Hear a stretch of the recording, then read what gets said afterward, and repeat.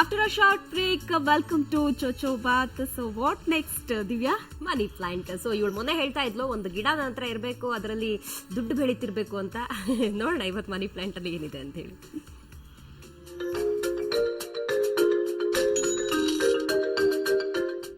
ಸ್ನೇಹಿತರೆ ನಮಸ್ಕಾರ. ತಾವು ನೋಡ್ತಾ ಇದ್ದೀರಾ ಮನಿ ಪ್ಲಾಂಟ್. ನಾನು ರವೀಂದ್ರ ಜೋಶಿ. ದಿನ ದುಡ್ಡಿನ ಸಂಪಾದನೆಗೆ ಹಲವಾರು ಮಾರ್ಗಗಳ ಕುರಿತು ನಾವು ಮಾತಾಡ್ತಾ ಇದ್ದೇವೆ, ಹಲವಾರು ಸೂತ್ರಗಳನ್ನ ಚರ್ಚಿಸ್ತಾ ಇದ್ದೇವೆ. ಇವತ್ತಿನ ಹೊಸ ಸೂತ್ರ ಫೋಕಸ್. ಸ್ನೇಹಿತರೆ ಯೋಚನೆ ಮಾಡಿ ನೋಡಿ, ನಾವೊಂದು ಬಾವಿಯಲ್ಲಿ ನೀರನ್ನು ತೆಗೆಯಬೇಕಾದ್ರೆ 100 ಮೀಟರ್ ಆಳಕ್ಕೆ ಇಳಿಬೇಕು. ಬಹಳಷ್ಟು ಸಲ ಏನು ಮಾಡ್ತೀವಿ ನಾವು ಅಂದರೆ 90-95 ಅಡಿ ಆಳ ಇಳಿದ ತಕ್ಷಣ ತಾಳ್ಮೆಯನ್ನು ಕಳ್ಕೊಂಡ್ಬಿಡ್ತೇವೆ. ಇಲ್ಲಿ ನೀರು ಬರಲಿಲ್ಲ, ಇಲ್ಲಿ ಸೆಲೆ ಉಕ್ಕಲಿಲ್ಲ ಅನ್ನುವಂಥ ಏಕೈಕ ಕಾರಣವನ್ನು ಒಡ್ಡಿ ಮತ್ತೊಂದು ಬಾವಿಯನ್ನು ಅಗಿಲಿಕ್ಕೆ ಹೋಗ್ತೀವಿ, ಮತ್ತೊಂದು ಗುಂಡಿಯನ್ನು ಅಗಿಲಿಕ್ಕೆ ಹೋಗ್ತೀವಿ. ಅಲ್ಲಿ ನೀರು ಬರಲಿಕ್ಕೆ ಮತ್ತೆ ನಾವು 100 ಮೀಟರ್ ಆಳಕ್ಕೆ ಇಳಿಲೇಬೇಕು. ಇಲ್ಲಿ ಹಾಕಿರುವ ಸಮಯವನ್ನು ಕಳೆದು ಮತ್ತೆ ಹೊಸ ಸಮಯವನ್ನು ವಿನಿಯೋಜಿಸಿ ಅಲ್ಲಿ ನಾವು ನೀರನ್ನು ತೆಗಿಬೇಕಾಗತ್ತೆ. ಬಹಳಷ್ಟು ಸಲ ವ್ಯವಹಾರಗಳಲ್ಲೂ ಕೂಡ ಹಾಗಾಗುತ್ತೆ. ಒಂದು ವ್ಯವಹಾರಕ್ಕೆ ನಾವು ಕೈ ಹಾಕ್ತೇವೆ, ಆ ವ್ಯವಹಾರದಲ್ಲಿ ಇನ್ನೇನು ಯಶಸ್ಸು ನಮ್ಮ ಕೈಗೆ ನಿಲುಕ್ತು ಅನ್ನೋ ಸಂದರ್ಭದಲ್ಲಿ ಅಷ್ಟೊತ್ತಿಗೆ ನಮ್ಮ ತಾಳ್ಮೆಯನ್ನು ಕಳೆದುಕೊಂಡು ಬೇರೆ ವ್ಯವಹಾರದೆಡೆಗೆ ನಾವು ದೃಷ್ಟಿಯನ್ನು ಹಾಕ್ತೇವೆ. ದುಡ್ಡು ಚಂಚಲ ಚಿತ್ತನ ಹತ್ತಿರ ಬರಲ್ಲ. ದುಡ್ಡು ತಾದಾತ್ಮತೆಯಿಂದ ಯಾವನು ಕೆಲಸವನ್ನು ಮಾಡ್ತಾನೋ ಅವನ ಬಳಿ ಮಾತ್ರ ದುಡ್ಡು ಸಂಗ್ರಹ ಆಗತ್ತೆ ವಿನಃ, ಧನಾರ್ಜನೆ ಆಗತ್ತೆ ವಿನಃ, ಯಾವನು ತಾಳ್ಮೆಯನ್ನು ಕಳೆದುಕೊಂಡು ನಿತ್ಯ ಚಂಚಲನಾಗಿ ಬೇರೆ ಬೇರೆ ವ್ಯವಹಾರಗಳಲ್ಲಿ ತನ್ನ ದುಡ್ಡನ್ನು ವಿನಿಯೋಜಿಸ್ತಾನೋ ಅವನ ಬಳಿ ದುಡ್ಡು ಬರಲ್ಲ. ನಿಮ್ಮ ಎಫರ್ಟು ನಿರಂತರವಾಗಿರಬೇಕು ಮತ್ತು ಯಶಸ್ಸು ಸಿಗುವವರೆಗೂ ಇರಬೇಕು. ಆಗ ಮಾತ್ರ ದುಡ್ಡು ಸಂಪಾದನೆ ಆಗಲಿಕ್ಕೆ ಸಾಧ್ಯ. ಈ ಸೂತ್ರದೊಂದಿಗೆ ಈ ಸಂಚಿಕೆ ಮುಗಿಸ್ತಾ ಇದ್ದೇನೆ. ನಾಳೆ ಹೊಸ ವಿಷಯದೊಂದಿಗೆ ಮತ್ತೆ ಭೇಟಿಯಾಗೋಣ. ಅಲ್ಲಿವರೆಗೂ ನಮಸ್ಕಾರ.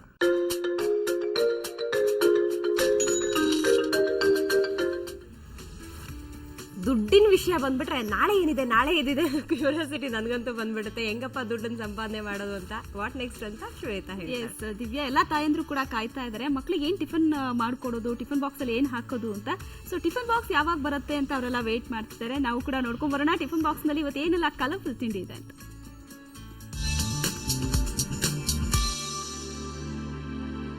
ಸುವರ್ಣ ನ್ಯೂಸ್ನ ಟಿಫಿನ್ ಬಾಕ್ಸ್ ಕಾರ್ಯಕ್ರಮಕ್ಕೆ ಎಲ್ರಿಗೂ ಸ್ವಾಗತ. ಇವತ್ತಿನ ಸ್ಪೆಷಲ್ ಪನ್ನೀರ್ ಸ್ಯಾಂಡ್ವಿಚ್. ಇದಕ್ಕೆ ಬೇಕಾಗಿರೋ ಐಟಮ್ಸು: ಸ್ಯಾಂಡ್ವಿಚ್ ಬ್ರೆಡ್ಡು, ಚೀಸು, ಹಸಿರು ಮೆಣಸಿನ್ಕಾಯಿ, ಪನ್ನೀರ್ನ ಕ್ರಂಬಲ್ ಮಾಡಿರೋದು, ಮತ್ತು ಟೊಮ್ಯಾಟೊ ಪೀಸಸ್, ಬೆಣ್ಣೆ, ಜೀರಿಗೆ, ಟೊಮ್ಯಾಟೊ ಕೆಚಪ್, ಉಪ್ಪು, ಈರುಳ್ಳಿ, ಅಚ್ಕಾರ ಪುಡಿ. ಶುರು ಮಾಡೋಣ ಈಗ ಮಾಡೋಕ್ಕೆ. ಫಸ್ಟು ಪನ್ನೀರ್ ಸ್ಯಾಂಡ್ವಿಚ್ ಒಳಗೆ ಹಾಕೋಂಥ ಒಂದು ಪಲ್ಯನ ರೆಡಿ ಮಾಡ್ಕೋಬೇಕು. ಅದಕ್ಕೆ ಬೆಣ್ಣೆಲೆ ಇದನ್ನು ಫ್ರೈ ಮಾಡ್ಕೊಳ್ಳೋಣ. ಸೊ ಈ ಕಡೆ ಬ್ರೆಡ್ಡನ್ನು ಸ್ವಲ್ಪ ರೋಸ್ಟ್ ಮಾಡ್ಕೋಬೋದು, ಇಲ್ಲ ನಿಮ್ಮ ಹತ್ರ ಸ್ಯಾಂಡ್ವಿಚ್ ಮೇಕರ್ ಇದ್ದರೆ ಇದನ್ನು ಸ್ಟಫಿಂಗ್ ಹಾಕಿದ ಮೇಲೆ ನೀವು ಸ್ಯಾಂಡ್ವಿಚ್ ಟೋಸ್ಟರಲ್ಲಿ ಹಾಕ್ಕೊಂಡು ಸ್ಯಾಂಡ್ವಿಚ್ ರೆಡಿ ಮಾಡ್ಕೋಬೋದು. ಜೀರಿಗೆ, ಹಸಿರು ಮೆಣಸಿನ್ಕಾಯಿ, ಖಾರ ಇಷ್ಟಪಡೋರು ಹಾಕ್ಕೋಬೋದು. ಈರುಳ್ಳಿ ಹಾಕ್ಕೊಳ್ಳೋಣ, ಚಿಟಿಕೆ ಅಚ್ಕಾರ ಪುಡಿ, ಟೊಮ್ಯಾಟೊ. ಸೊ ಇದಾಗೋಷ್ಟರೊಳಗೆ ಬ್ರೆಡ್ಡನ್ನ ಸ್ವಲ್ಪ ಚೀಸ್ ಹಾಕಿ ರೋಸ್ಟ್ ಮಾಡ್ಕೊಂಬಿಡೋಣ.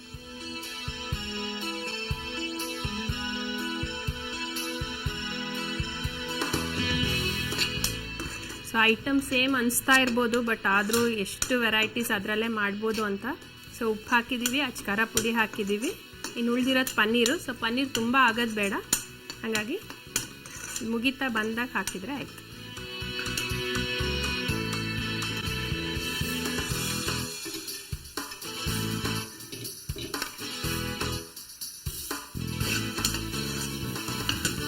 ಈಗ ಪನ್ನೀರ್ನ ಈ ಥರ ಪುಡಿ ಪುಡಿ ಮಾಡಿದೆ, ಇದನ್ನು ಹಾಕ್ತಾ ಇದ್ದೀನಿ.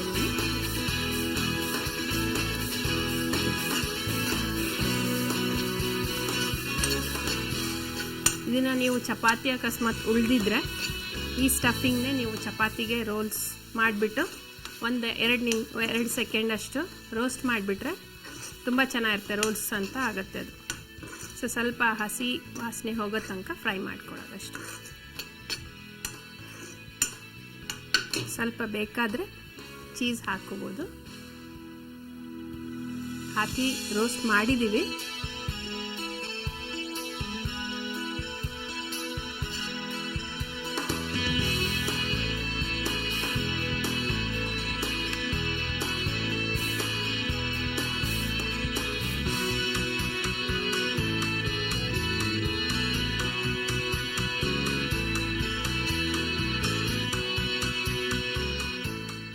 ನಿಮ್ಮ ಟಿಫಿನ್ ಬಾಕ್ಸಿಗೆ ಪನ್ನೀರ್ ಸ್ಯಾಂಡ್ವಿಚ್ ರೆಡಿ ಇದೆ.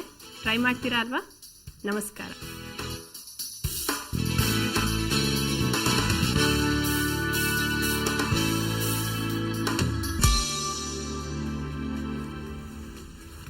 ಹಸುವಾಗ್ತಿದೆ, ಆ ಕಡೆ ಅದು ಬೇರೆ ತೋರಿಸ್ತಾರೆ, ಏನಪ್ಪ ಮಾಡ್ಲಿಕ್ಕೆ ಗೊತ್ತಾಗ್ತಿಲ್ಲ. ಇಷ್ಟು ದಿವಸ ಕೇಳ್ತಾ ಇದ್ದೆ ಶ್ವೇತಾ ಮಾಡ್ಕೊಡು ಅಂತ. ಇವತ್ತು ನಾನು ಕೇಳೋದಿಲ್ಲ, ನಾಳೆ ಮಾಡ್ಕೊಬಂದು ನಾಳೆ ಇವಳಿಗೆ ತಿನ್ನಿಸ್ತೀನಿ, ಆಮೇಲೆ ನೋಡಿ. ಓಕೆನಾ? ಓಕೆ, ಚೆನ್ನಾಗಿ ತಿಂದಿದ್ದಾಯ್ತು. ಕಲರ್ಫುಲ್ ತಿಂಡಿ ನಾವು ಹೇಗೆ ಮಾಡೋದು ಅಂತ ತೋರಿಸ್ಕೊಟ್ವಿ. ಈಗ ಪ್ರತಿಯೊಬ್ಬರು ಕೂಡ ಆರೋಗ್ಯವಾಗಿರೋದಕ್ಕೆ ಪಡ್ತಾರೆ. ಅದು ಅಲ್ಲದೆ ಈಗಿನ ಕ್ಲೈಮೇಟು, ಈಗಿನ ಪೊಲ್ಯೂಷನ್ಗೆ ದೇಹಕ್ಕೆ ಕಸರತ್ತು ಅನ್ನೋದು ಬೇಕೇ ಬೇಕು. ಸೊ ಇವತ್ತಿನ ಫಿಟ್ನೆಸ್ನಲ್ಲಿ ಏನಿದೆ ಫಿಟ್ನೆಸ್ ಮಂತ್ರ ನೋಡಿ.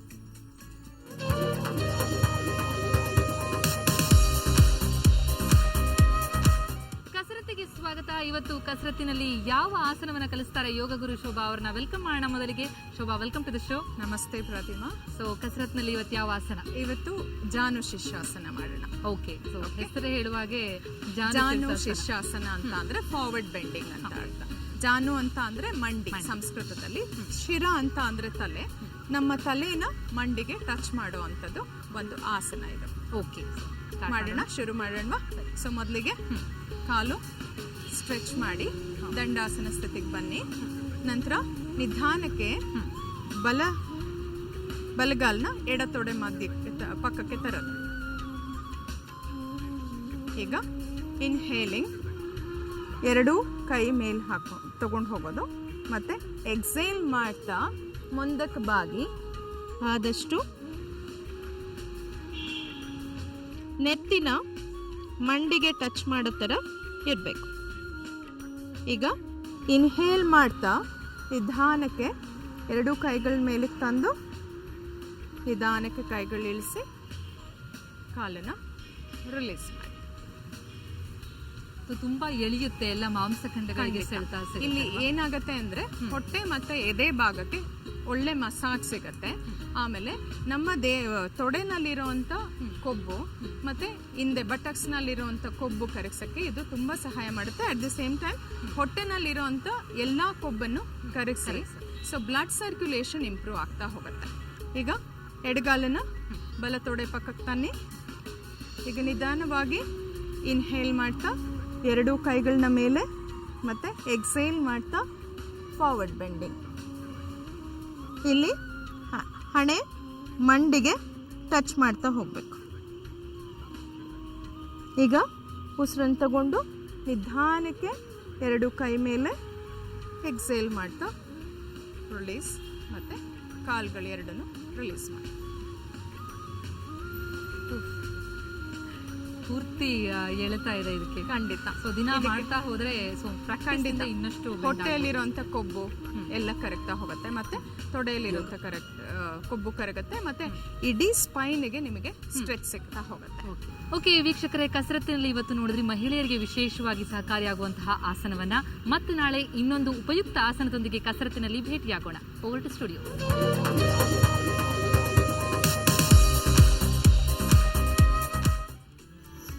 ಓಕೆ ಪ್ರತಿಮಾ, ಫಿಟ್ನೆಸ್ನ ಕಾಯ್ಕೊಳ್ಳೋ ಸರಳ ಸೂತ್ರವನ್ನ ನಿಮ್ಮೆಲ್ಲರಿಗೂ ಕೂಡ ತಿಳಿಸ್ಕೊಟ್ರು. ಆದ್ರೆ ಪ್ರತಿಮಾ ಇಲ್ಲೇ ಇದ್ದಾರೆ ಬ್ರೇಕ್ಫಾಸ್ಟ್ ನ್ಯೂಸ್ ಹೇಳೋದಕ್ಕೆ. Good morning Pratima. Good morning Divya. Good morning Shweta. ನೀವೇನ್ ಇವತ್ತು ಸೀರೆ ಉಟ್ಟ ನೀರಾಗ್ಬಿಟ್ಟಿದೆ, ಸಖತ್ತಾಗಿ ಕಾಣಿಸ್ತಾ ಇದ್ದೀರಾ. ನಮಸ್ತೆ.